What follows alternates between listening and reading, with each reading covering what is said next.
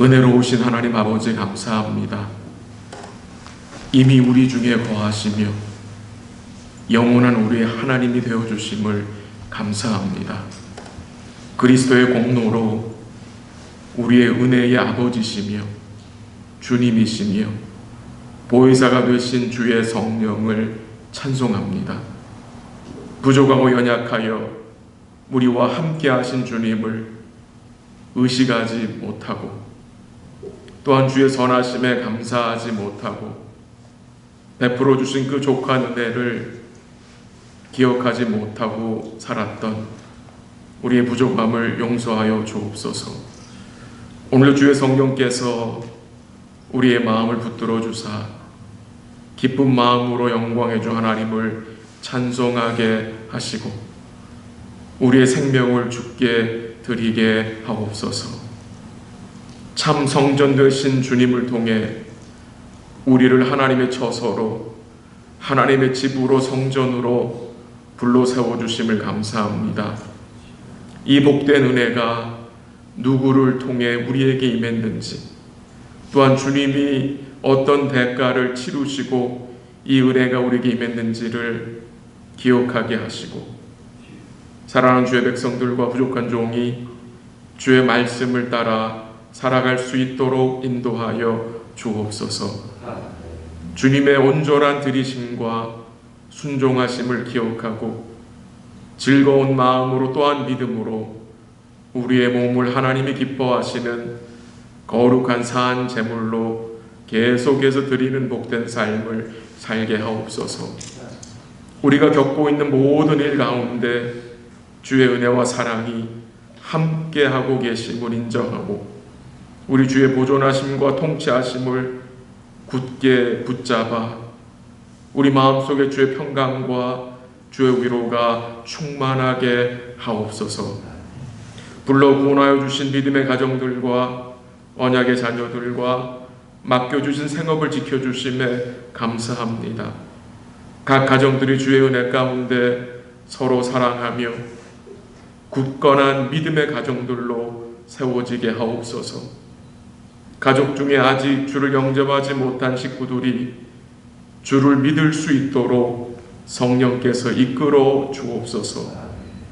가정의 복음화가 이루어지게 하옵소서. 우리 사랑하는 자녀들이 계속해서 믿음으로 굳게 세워줄 수 있도록 하나님 도와주시고 EM교회가 주의 은혜 가운데 든든히 설 수 있도록 하나님 역사하여 주옵소서. 삶의 여러 가지 어려움과 또 육신의 고통으로 인해 주의 긍휼을 간구하는 성도들에게 은혜 베풀어 주옵소서. 속히 힘을 얻게 하시고 동시에 성도들의 믿음이 더욱 굳건히 세워질 수 있도록 인도하여 주옵소서. 오늘도 주의 말씀을 믿음으로 듣게 하시고 주신 말씀에 우리의 믿음을 합하게 하옵소서. 부족한 종을 사용하여 주사 주의 말씀을 명확하게 선포하게 하시고 온 교회가 하나님의 아들을 아는 것과 믿는 것에 하나가 되어 주의 장성한 분량까지 자라나게 하옵소서. 모든 것을 주께 감사드리며 우리의 목자 되신 예수님의 이름으로 기도합니다. 아멘.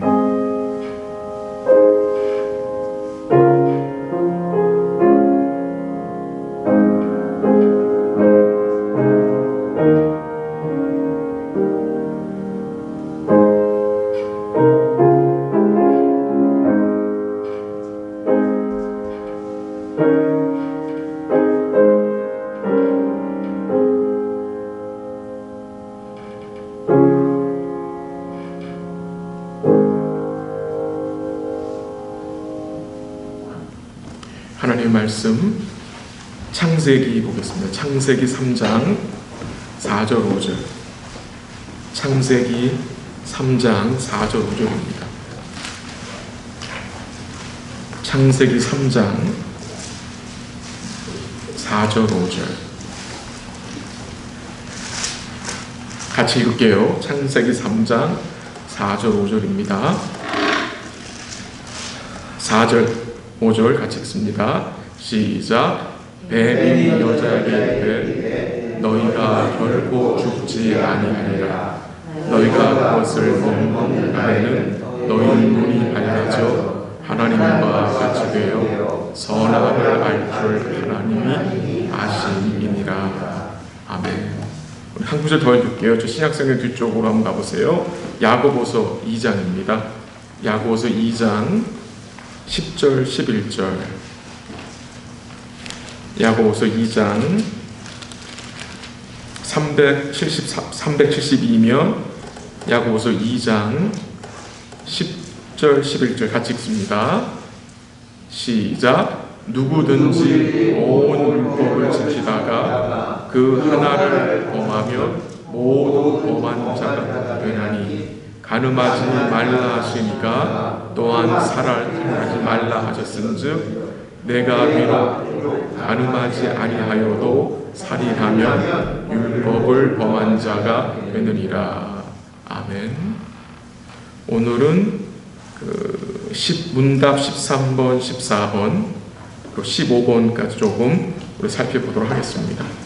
제가 13번 문제 읽으면 여러분이 답을 읽어주세요. 13번. 우리 시조는 창조된 본래의 상태에 계속 머물렀습니까? 시조는 자신의 의지의 자유를 지녔으나 하나님께 범죄함으로 창조된 본래의 상태에서 타락하였습니다. 14번. 죄는 무엇입니까?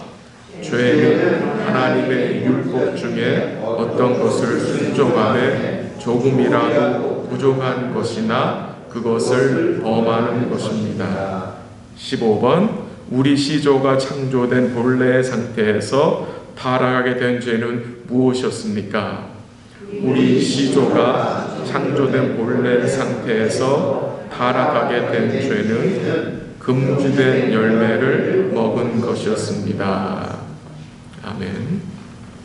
저희가 문답 4번부터 12번까지 그 신론에 대해서 우리가 좀 계속 배워왔습니다. 거기서 우리는 하나님이 어떤 분이신지, 또한 삼위일체에 대해서, 하나님의 작정에 대해서, 그리고 하나님의 작정이 창조와 섭리를 통해서 이루어진다는 내용을 살폈었고요. 또 하나님의 창조 사역을 보았고, 하나님이 사람을 어떻게 창조하셨는지도 보았고요. 또 하나님의 섭리에 대해서, 그 하나님의 섭리는 하나님의 만물을 보존하시고 은혜로 통치하신다는 사실도 우리가 살펴보았습니다. 그리고 우리가 지난 시간에 이 하나님의 특별한 섭리, 곧 그의 보존과 통치는 언약을 통해 나타난다는 내용을 살펴보았습니다. 그래서 하나님이 아담과 언약을 맺은 그 내용을 잠시 우리가 보았습니다. 이제 오늘부터 앞으로 한 3주 정도 생각할 내용은 인간론이에요. 3부인데 문답 13번부터 20번까지 우리가 좀 보겠는데, 그 제목이 인간론인데, 인간론, 이 소율이 문답에서 인간론을 다루는 이유는 단 하나입니다. 하나님이 허락하신 구원을 좀 더 잘 이해하도록 돕기 위함입니다. 하나님의 구원을 잘 이해하기 위해서는 우리가 무엇을 알아야 하느냐? 인간이 본래 어떻게 창조되었으며 어떤 상태에 있었으며 어떻게 하나님께 범죄하여 타락하게 되었는지, 그리고 그 타락한 상태는 어떤 상태인지를 이제 13번부터 20번까지 설명해 주는 내용입니다. 오늘은 우리가 13번, 14번, 15번 내용을 보면서 이 죄의 정의를 좀 살피고 죄의 내용과 결과에 대해서 잠시 보도록 하겠습니다. 하나님께 범죄하여 타락한 상태에서는 무엇을 해도 하나님을 기쁘시게 할 수 없습니다. 무엇을 해도. 성경은 믿음으로 하지 아니한 것은 다 죄라고 로마서 14장 23절에서 증거했습니다. 인간이 죄로 인해서 타락한 상태, 하나님으로부터 단절된 상태, 영적으로 죽은 상태에서는 그 어떤 것으로도 하나님을 기쁘시게 할 수 없습니다. 또한 그 상태에서는 스스로의 힘으로 하나님을 찾을 수도 없고 그를 의지할 수도 없습니다. 하나님의 은혜가, 하나님의 이끄심의 은혜가 임해야, 다른 말로 표현하면 성령의 거듭남의 은혜가 임해야 타락한 자가 마음이 새롭게 되어 주를 찾고 믿을 수 있는 것입니다.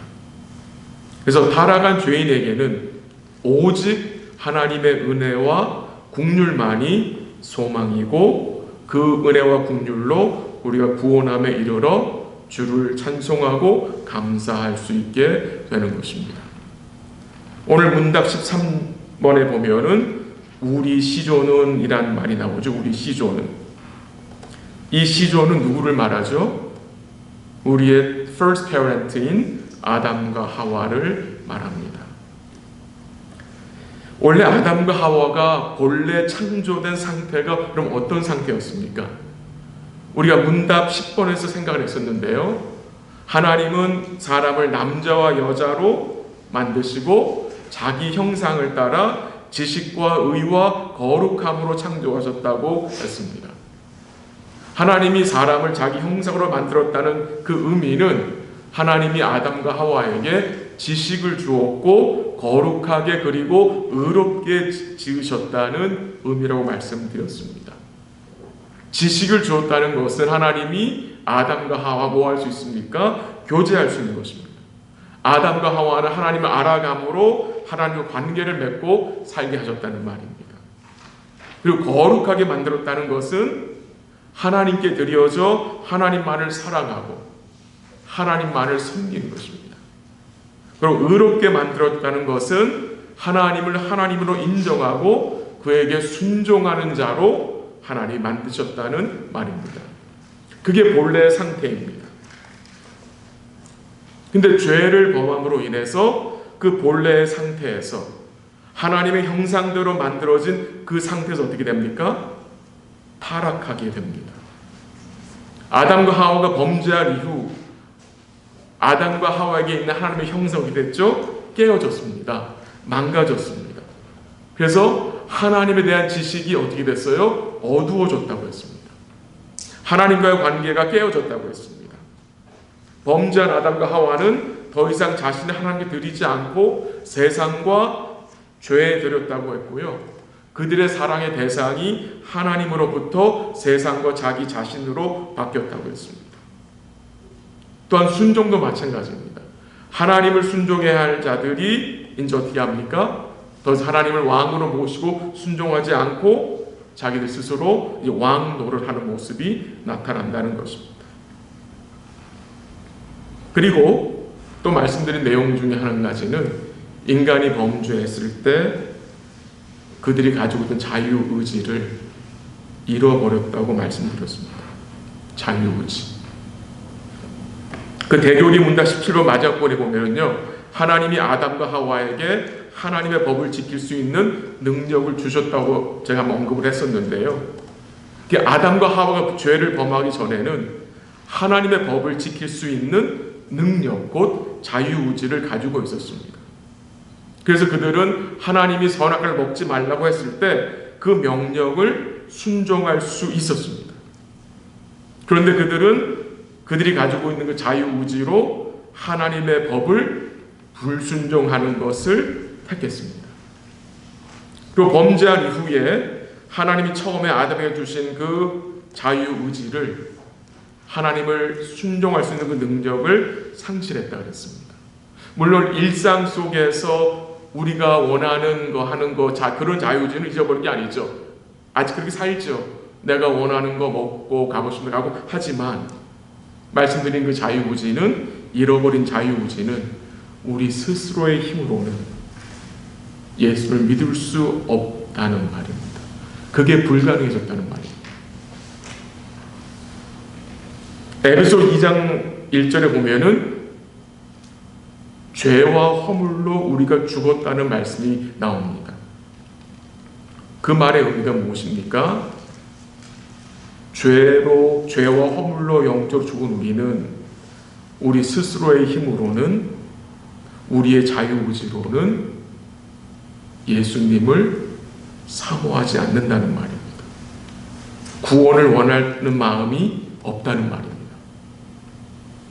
그리고 로마서 13장 11절 12절을 보면은 하나님을 찾는 자도 없고 선을 행하는 자는 없나니 하나도 없다고 했습니다. 이 죄인의 마음에는요, 그리스도를 원하고 의지하는 마음이, 그 선한 마음이 없어요. 스스로 생길 수가 없어요. 근데 여러분, 저희는 어떻게 생겼습니까? 은혜를 주셨어요. 은혜를 주셨어요. 은혜를 주시기 전까지는 절대로 그 마음이 생기지 않아요. 우리 마음에 그리스도를 원하는 마음을 심어주지 않으시면 그 누구도 그리스도를 믿을 수가 없다는 말이에요. 네. 그리고 제가 또 말씀드린 것 중에 하나가 원죄에 대해서 언급을 했었죠. 원죄. 이 원죄라는 것은 단순히 인류의 첫 번째 죄악, 곧 아담과 하와가 그 선악과를 따먹은 것만이 아니라, 그것을 말하는 것이 아니라, 원죄는 모든 인간이 죄의 속박에 갇혀있는 상태라고 했어요. 죄의 결과로 전적으로 타락한 상태에 있다는 것을 이 원죄라고 제가 설명을 드렸습니다. 제가 요즘 책을 읽고 있는 책이 있는데, 거기 보니까 미국 교회에서 있던 일이에요. 어떤 장로교회에 이제 어떤 목사님 초대받아서 설교를 하셨는데, 그날 마침 유아 세례가 있었어요.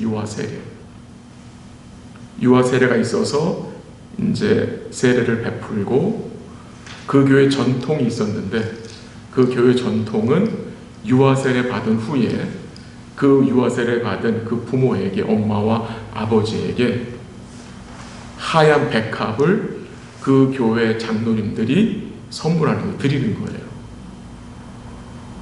그 자체는 참 좋잖아요. 축하하는 의미에서 드리는 건 참 좋은데, 예배 마치고 세례식을 마치고 이렇게 이야기를 하면서 그 강사 목사님이 그 장로님들한테 참 이렇게 하얀 꽃을 드리는 게 참 좋다라고 말씀을 나눴더니, 그 장로님들이 이렇게 얘기를 하셨대요.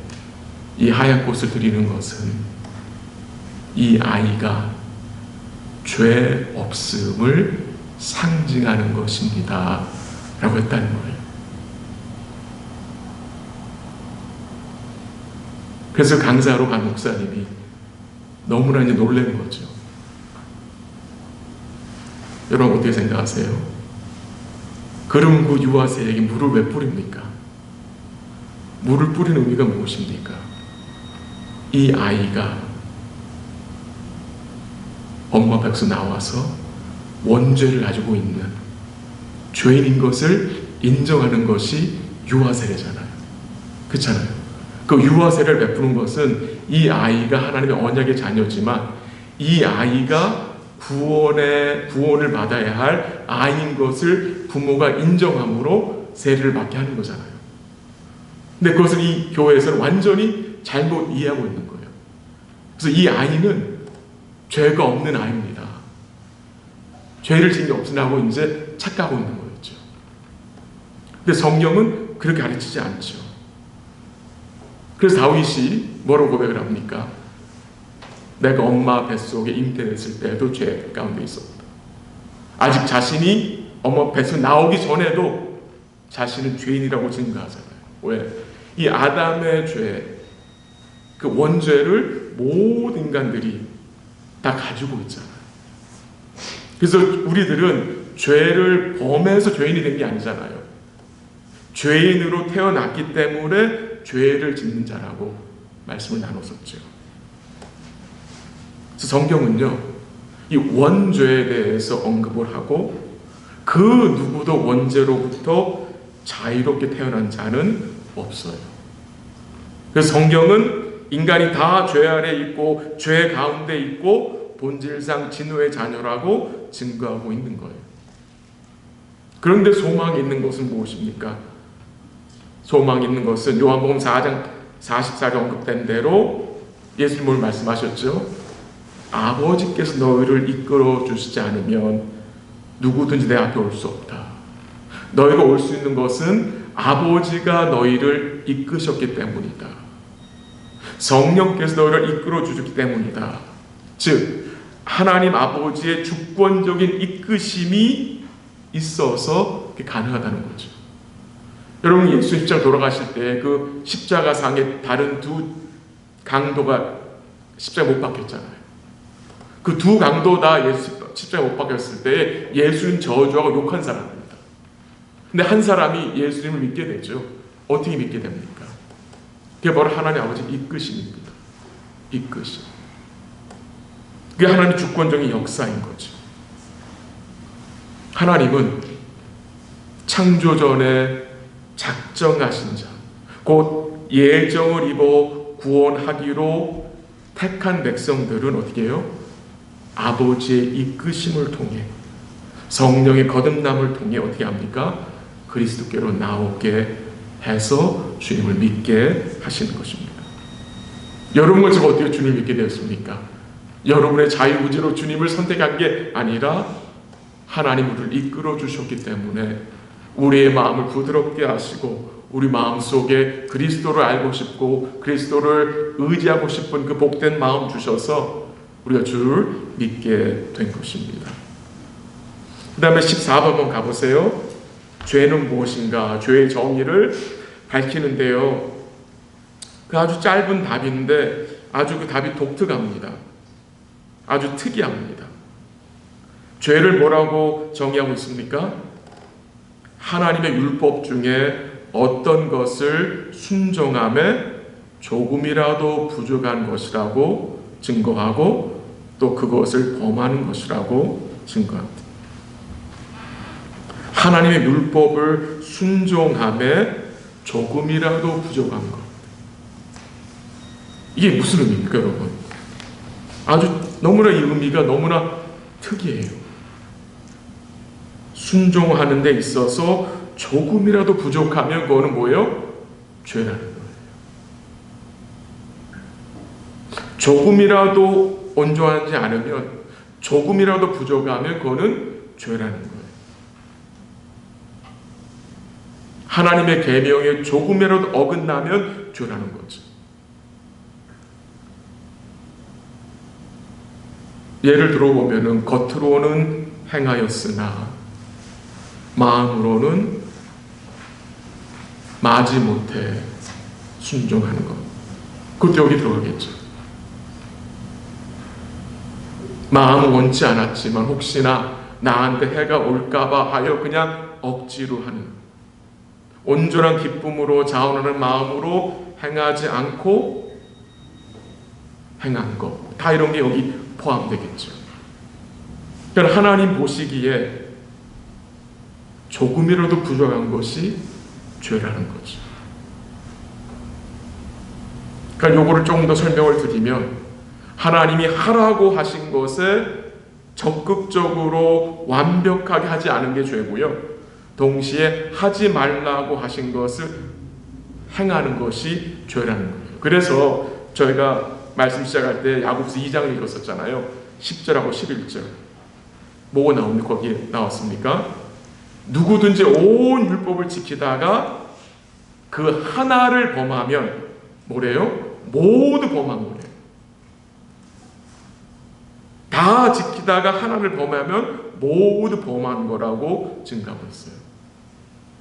십계명은 하라와 하지 말라의 요약이에요. 재미있는 것은 에덴 동산에서 하나님이 아담의 명령을 주실 때에도 하라와 하지 말라였어요. 하라와 하지 말라. 창세기 2장 15절 16절에 보면은요, 동산 각종 나무의 열매는 내가 임의로 먹어라. 네 마음대로 먹어라. 그리고 그 먹느라는 명령에는 동산 중앙에 있는 뭐까지 포함돼요? 생명나무까지 포함되는 거예요. 생명나무. 그리고 선악을 알게 하는 나무 열매는 뭐라? 먹지 말아라. 그것을 먹는 날에는 내가 반드시 죽는다라고 하나님은 말씀하셨어요. 그러니까 하라고 하지 말라가 나타나는 거죠. 사람들은 자신들이 전적으로 타락한 죄인이라는 것을 잘 인정하지 않습니다. 그 이유는 아마도 자기들이 몇 가지 지키고 있는 계명들을 생각하기 때문이에요. 몇 가지 잘 지키고 있는 것. 그리고 또한 자신을 다른 사람들과 비교하여 자신은 괜찮다고 생각하기 때문일 수도 있어요. 그런데 인간들은 일반적으로 몇 가지 행하는 그 행위 자체에 큰 비중을 두어서 자기 자신의 죄의 심각성을 잘 깨닫지 못할 때가 있습니다. 근데 문제는요, 여러분, 우리 눈에 보여지는 이 외적인 부도덕적인 행동만이 아니라 이 보이지 않는 죄가 얼마나 큽니까? 우리 마음과 생각에 우리가 두고 있는 그 죄악된 그 생각들. 자, 그게 하나님 보시기 얼마나 부족하고 얼마나 큰 일입니까? 또한 이 죄라는 것은요, 이 집 아담과 하와의 죄가 무엇입니까? 하나님이 정하신 선과 악의 기준을 아담과 하와는 뭐했어요? 무시한 거죠. 그 스스로 뭐가 된 겁니까? 입법자가 된 겁니다. 자기 스스로 원칙을 규정하여 행한 것입니다. 그게 사사시대의 모습이었죠. 그래서 이스라엘 백성들의 삶을 그 사사시대에서 뭐라고 말하고 있습니까? 자기 소견에 옳은 대로 행했다는 거예요. 결국 하나님께 순종하는 것과 불순종하는 것은 하나님을 하나님으로, 하나님을 왕과 주인으로 삼을 것인가, 아니면 내 자신을 하나님으로 삼을 것인가의 문제로 생각될 수 있습니다. 아담과 하와는 자기들이 스스로 하나님이 되어 반드시 먹으면 죽는다, 먹으면 반드시 죽는다는 그 말씀을 뭐합니까? 무시해버립니다. 무시해버립니다. 우리 성도님들은 아담과 하와가 죄에 빠지게 된 원인이 뭐라고 생각합니까? 에덴 동산에 부족한 것이 없었잖아요. 모든 것이 풍족했어요. 얼마나 많은 열매들이 있었겠습니까? 아직 죄가 들어온 상태 아니기 때문에 얼마나 평화로웠겠습니까? 얼마나 좋았겠습니까? 얼마나 아름다웠겠습니까? 근데 왜 그들은 하나님이 금하신 그 선악과를 원한 것입니까? 왜 그거를 굳이 원했을까요? 얼마나 좋은 게 많았습니까? 생명나무까지 있었고요. 얼마나 좋은 열매들이 많았습니까? 근데 왜 그들은 굳이 이 선악과를 원했을까요? 물론 사단의 거짓된 말에 미혹되어 이제 시작이 되죠. 이 사단이 아담과 하와를 유혹할 때, 이 하와를 유혹할 때 무슨 말을 유혹했습니까? 너희가 이것을 먹는 날에는 너희 눈이 밝아져 하나님과 같이 된다고 거짓말을 했습니다. 하나님 같이 된다. 이런 내용을 나누면 사람들은 이런 질문을 합니다. 한번 들어보세요. 질문들의 내용들을. 왜 하나님이 사단의 유혹을 막아주지 않았습니까? 왜 하나님은 그 사단이 하와를 유혹할 때에 하나님 사탄에게 너 입 닥쳐라고 말하지 않았습니까? 왜 하나님은 하와를 유혹하는 사단을 그 당시 에덴에서 왜 쫓아내지 않았습니까? 하나님은 사단이 하와를 찾아오는 그 악한 의도를 알고 계셨지만 왜 접근해 오는 사탄을 막아주지 않았습니까? 라는 식의 질문을 던집니다. 하나님 이미 알고 계셨죠. 모든 걸 알고 계셨죠. 그래서 하나님은 어떻게 하셨어요? 이미 아담과 하와에게 사단의 유혹을 물리칠 수 있는 수단을 주셨어요. 그게 뭔지 아세요?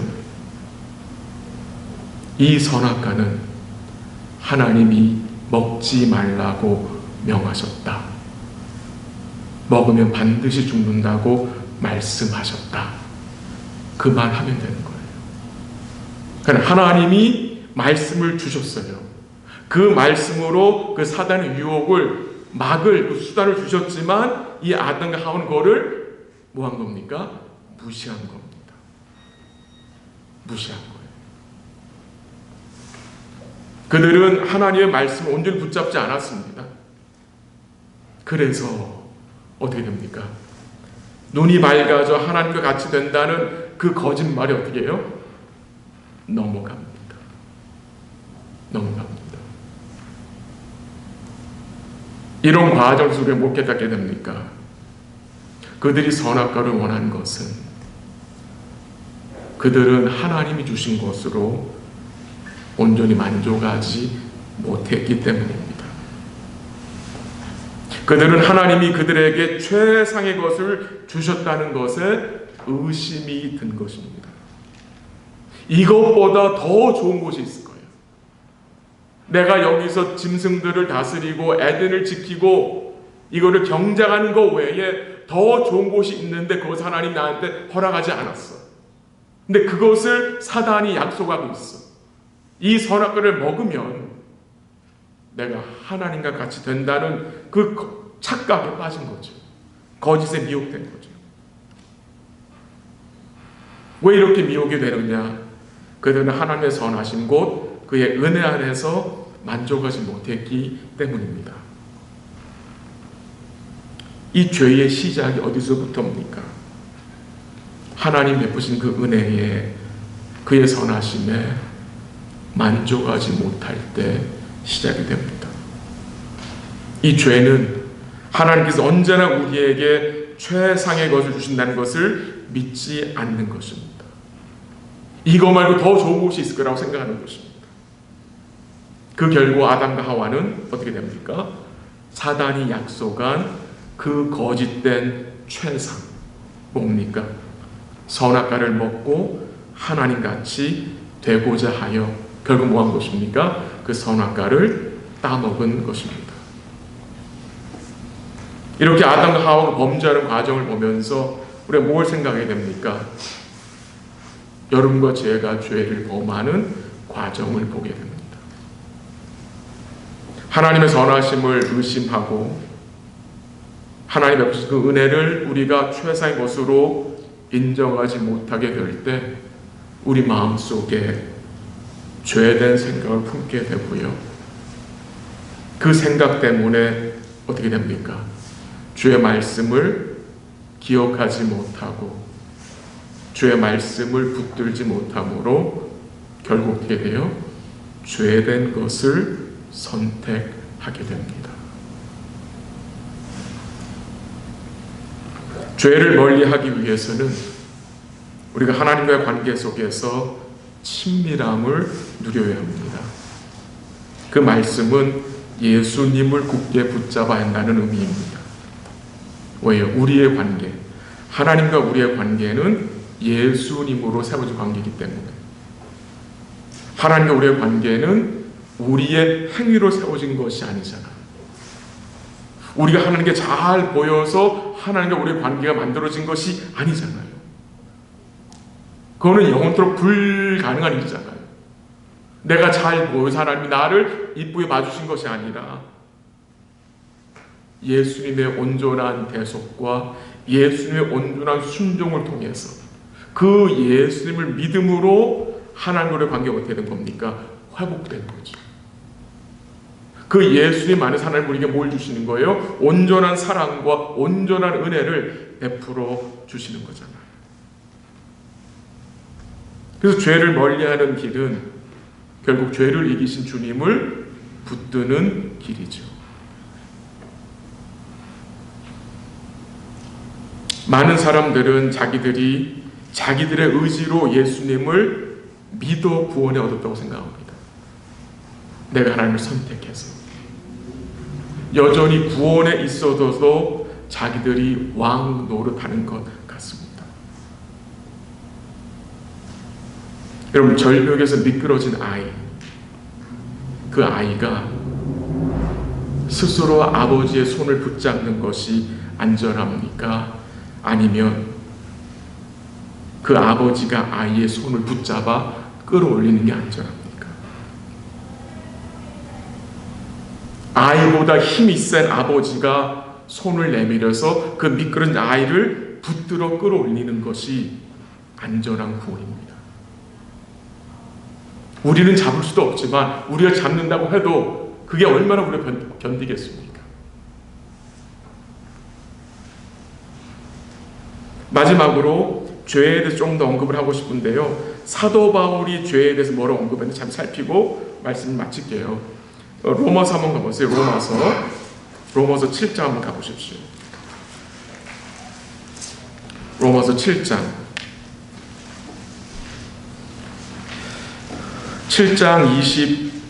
21절 한번 가보세요. 271년 로마서 7장 21절.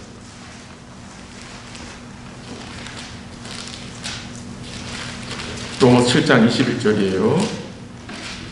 249면 로마서 7장 21절 한번 같이 읽을까요? 시작. 그러므로 내가 한 법을 깨달았노니 곧 선을 행함이 원하는 나에게 악이 함께 있는 것이로다. 아멘. 그 21절에 보면은 사도 바울이 한 법을 깨달았다고 말합니다. 한 법을 깨달았다. 근데 그 법이 무슨 법이냐?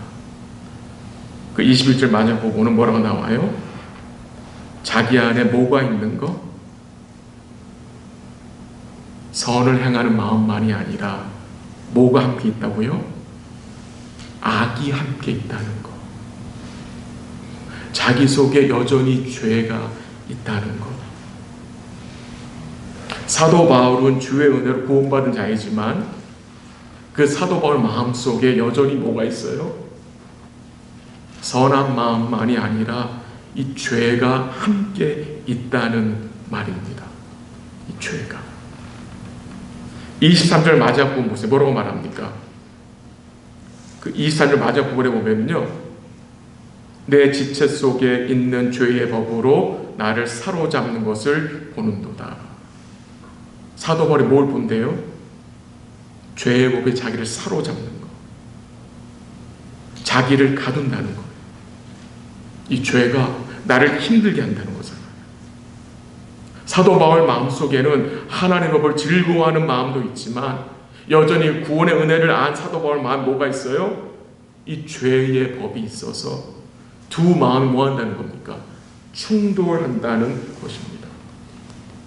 충돌한다는 것.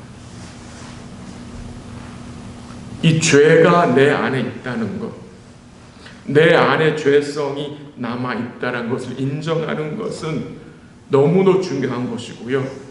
이 구원의 은혜를 잘 몰라서 바울이 이렇게 말하는 게 절대 아닙니다, 여러분. 바울이 지금 내 안에 죄가 있다고 말한 것은 그가 진짜 구원의 은혜를 알기 때문에 그런 말을 할 수 있는 것입니다. 어떤 목사님이 이런 예를 들더라고요. 암을 모르는 사람은 없잖아요. 정말 모든 사람들이 암을 알고 있잖아요. 암에 대해서 알고 있잖아요. 근데 그 암이 내 안에 있다는 사실, 내가 그 암과 싸워야 한다는 사실은 단순히 암이 무엇인지 아는 것과는 비교할 수 없는 엄청난 차이가 있는 거잖아요. 그렇잖아요. 죄에 대해서 아는 것도 중요하지만 그 죄가 지금 내 안에 있다는 것, 내 안에서 선을 행하고자 하는 마음과 그 죄된 마음이 지금 충돌이 되어 싸우고 있다는 것. 여러분, 이 싸움이 우리 안에는 얼마나 많습니까? 그렇잖아요. 분명히 이 일은 하면은 하나님 기뻐하시는 것이 아닌 것인 것을 알면서도 결국 어때요? 내 자신의 유익과 내 자신의 쾌락을 위해서 뭐합니까? 할 때가 있죠. 이거 하면 안 되는데, 알면서도 그걸 행할 때가 있지 않습니까, 여러분? 알면서도 행하고 또 행하고 난 뒤에 죄책감 들어서 마음 무거울 때도 있잖아요. 그렇잖아요. 그게 사도 바울의 모습이었거든요. 그래서 사도 바울이 24절에 뭐라고 말합니까? 24절. 오라 나는 공고한 사람이로다. 이 사망의 몸에 누가 나를 건져내냐. 공고하다는 거예요. 비참하다는 거예요. 내 자신 스스로 불쌍하다는 거예요. 왜? 서로 충돌하고 있고, 때로는 그 충돌로 내가 질 때 죄가 더 강해 나타날 때도 있고, 괴롭다는 거잖아요. 근데 바울은 그렇게 괴롭다고, 내가 비참하다라고 끝내지 않거든요. 여러분 25절에 뭐라고 말하고 있습니까? 25절에 한번 여러분 제가 한번 읽어드릴게요. 우리 주 예수 그리스도로 말미암아 하나님께 감사하리로다. 아니 24절에서 오 나는 공고한 사람 해놓고, 나는 진짜 비참한 인간을 해놓고, 어떻게 25절에 가서 우리 주 예수 그리스도로 말미암아 하나님께 감사한다고 말할 수 있는 것입니까, 여러분? 그게 어떻게 가능한 것입니까, 여러분? 바울이 뭘 믿고 있습니까? 그 안에 죄가 있음을 알지만, 그래서 죄된 마음과 선한 마음 다투고 있는 것도 알지만, 또 바울이 뭘 알고 있습니까? 주 예수 그리스도의 은혜가 우리 안에 있는 죄의 법보다 강함을 알기 때문입니다. 죄를 이기신 분이 우리 안에 계시기에, 그분이 나를 돕고 계시기에, 그것을 믿기에 바울은 뭐 하는 거예요? 괴롭지만, 때로는 힘들지만 감사하다는 거예요. 이게 구원받은 성도의 모습 아닙니까, 여러분? 결국 이런 곤고한 우리를 주님 어떻게 하시는 거예요? 온전한 자로 세워줄 것을 믿기 때문에, 그 일을 그리스도의 영이 성령께서 계속해서 우리 안에서 이루어가고 계심을 믿기 때문에. 그 하나님 어떤 분이세요? 택하신 이가 어떻게 해요? 우리를 부르신 이가 우리를 의롭다 하시고, 결국 우리를 어떻게 하신다고요? 영화롭게 하신다. 무슨 말입니까? 하나님 앞에 거룩한 자로 세우실 것을 믿기 때문에, 오늘도 우리 안에서 능력으로 역사하시는 이의 역사를 따라 바울은 뭐라고 말합니까? 힘을 다하여 수고한다. 주를 붙잡는다는 말입니다. 이것이 복된 성도의 삶인 것입니다. 오늘 잠시 기도하고 싶은 내용은 이것입니다. 우리 삶 속에서 하나님의 선하심을 끝까지 인정하게 하소서. 우리 일상에서 주의 선하심을 찬송하게 하소서. 하나님의 선하신 은혜를 우리가 부인하지 않고 우리 속에는 옳은 대로 살지 않게 하소서. 주의 말씀과 성령의 도우심으로 믿음의 선택, 곧 하나님이 기뻐하신 선택을 하게 하소서. 베푸신 은혜에 감사함으로 주께 순종하게 하소서. 죄를 멀리하게 하시고 죄를 이기신 주님을 말씀 가운데 굳게 붙들게 하소서. 이 제목 가지고 우리 잠시 같이 기도하고 또 기도 제목 나누도록 하겠습니다.